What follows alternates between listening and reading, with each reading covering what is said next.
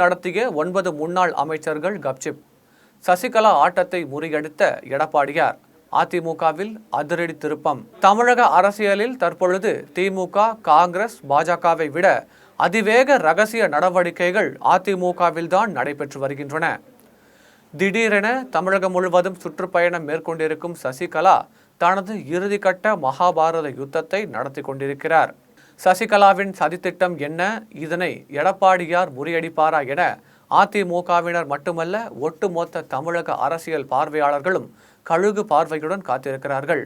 இந்த நிலையில் ஜெம் தொலைக்காட்சியின் கழுகார் கொண்டு வந்திருக்கும் அதிரடி சிறப்பு செய்தி இது.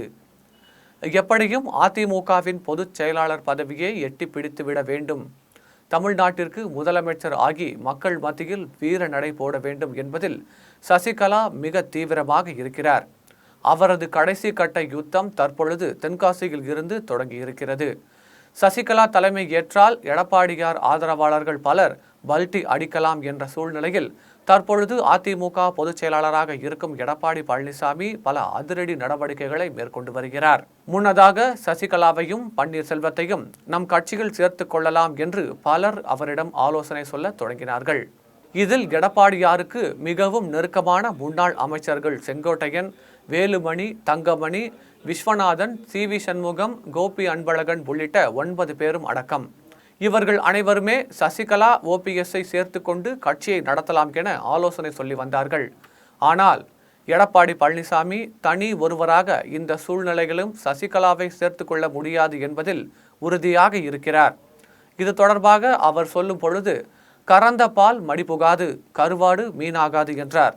இதற்கிடையே சசிகலா, ஓபிஎஸ் ஆகியோர் அதிமுகவில் இணைவார்களா என்று மதுரையை சேர்ந்த முன்னாள் அமைச்சர் செல்லூர் ராஜுவிடம் நிருபர்கள் கேட்டபோது அவர் பொறுத்திருந்து பாருங்கள் என்று சொன்னார். இந்த ஒற்றை வார்த்தைக்கே அவர் மீது எடப்பாடி பழனிசாமி அதிரடி நடவடிக்கை எடுத்துள்ளார்.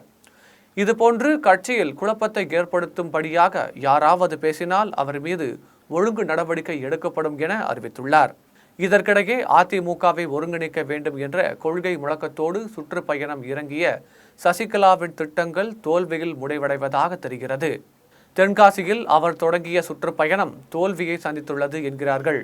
அவர் எதிர்பார்த்த அளவு கூட்டம் சேரவில்லை என்பது மட்டுமல்ல, முன்னதாகவே திட்டமிட்டு 50க்கும் மேற்பட்ட கிராமங்களுக்கு சசிகலா ஆதரவாளர்கள் சென்று சசிகலா சமூகத்தை சேர்ந்தவர்களை தொண்டர்கள் தரிசனத்திற்கு வருமாறு வற்புறுத்தி அழைத்து வந்தனர். அப்படியும் சசிகலாவின் சுற்றுப்பயணம் பிசுபிசுத்து போய்விட்டது. சசிகலாவின் இந்த சுற்றுப்பயணம் பிசுபிசுத்து போனதால் அவரது பக்கம் சாய்ந்த முன்னாள் அமைச்சர்கள் மற்றும் நிர்வாகிகள் தற்பொழுது கப்சிப் ஆகிவிட்டார்கள். தற்பொழுது தலைகீழாக சசிகலா அரசியலில் இருந்து ஒதுங்க வேண்டும், அதிமுகவில் சசிகலா, ஓபிஎஸ்க்கு ஒருபோதும் இடம் கிடையாது என பேச ஆரம்பித்துள்ளார்கள். குறிப்பாக முன்னாள் அமைச்சர் உதயகுமாரும் அதிமுக எம்எல்ஏ ராஜன் செல்லப்பாவும் இந்த கருத்தை பரப்பி வருகிறார்கள். இதனைத் தொடர்ந்து எடப்பாடியார் அணிக்குள் இருந்து வந்த சசிகலா ஆதரவு குரல் சமாதி கட்டப்பட்டு இருக்கிறது என்கிறார்கள் அவரது ஆதரவாளர்கள்.